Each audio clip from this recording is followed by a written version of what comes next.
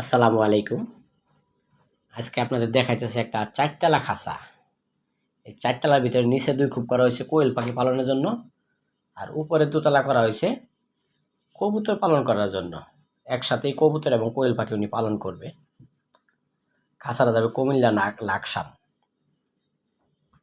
Shuttering দরজা দেওয়া হয়েছে এবং এই যে ২৪-২৪ সাইজের প্রত্যেক তালাতে ২টা করে টেরে দেওয়া হয়েছে।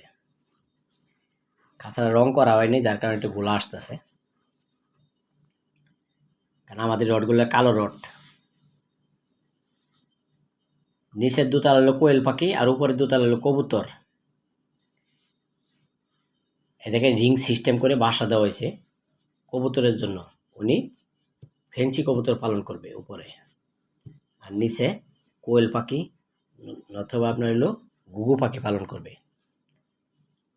আপাতত নিচের ২ তলা উনি বানায় নিয়ে গেল। খাবারের বাটি, পানির বাটির সিস্টেম উপরে দোতলা বাহিরে করা হয়েছে, আর নিচের দোতলা ভিতরে করা হয়েছে। কারণ কোয়েল পাখি অথবা ঘুঘু পাখি ভিতরে খাবে, এই জন্যই ভিতরে দিছে।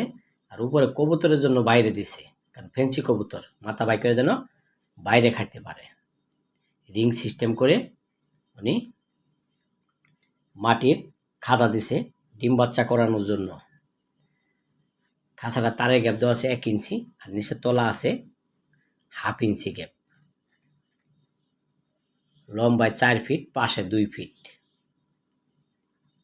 উপরের দোতলার হাইট আছে ১৮ ইঞ্চি করে, আর নিচের দোতলা হাইট আছে ১৪ ইঞ্চি করে। প্রত্যেক তালাতে ২টা করে টেরে দেওয়া আছে। টেরেগুলি দেখেন। আমাদের কাছে রেডিমেড খাঁচা পাবেন না, অর্ডার দিয়ে বানিয়ে নিতে হবে। তো বন্ধুরা, ভিডিওটা এখানে শেষ করে দিলাম। আসসালামু আলাইকুম ওয়া রাহমাতুল্লাহি ওয়া বারাকাতুহু। ৫৫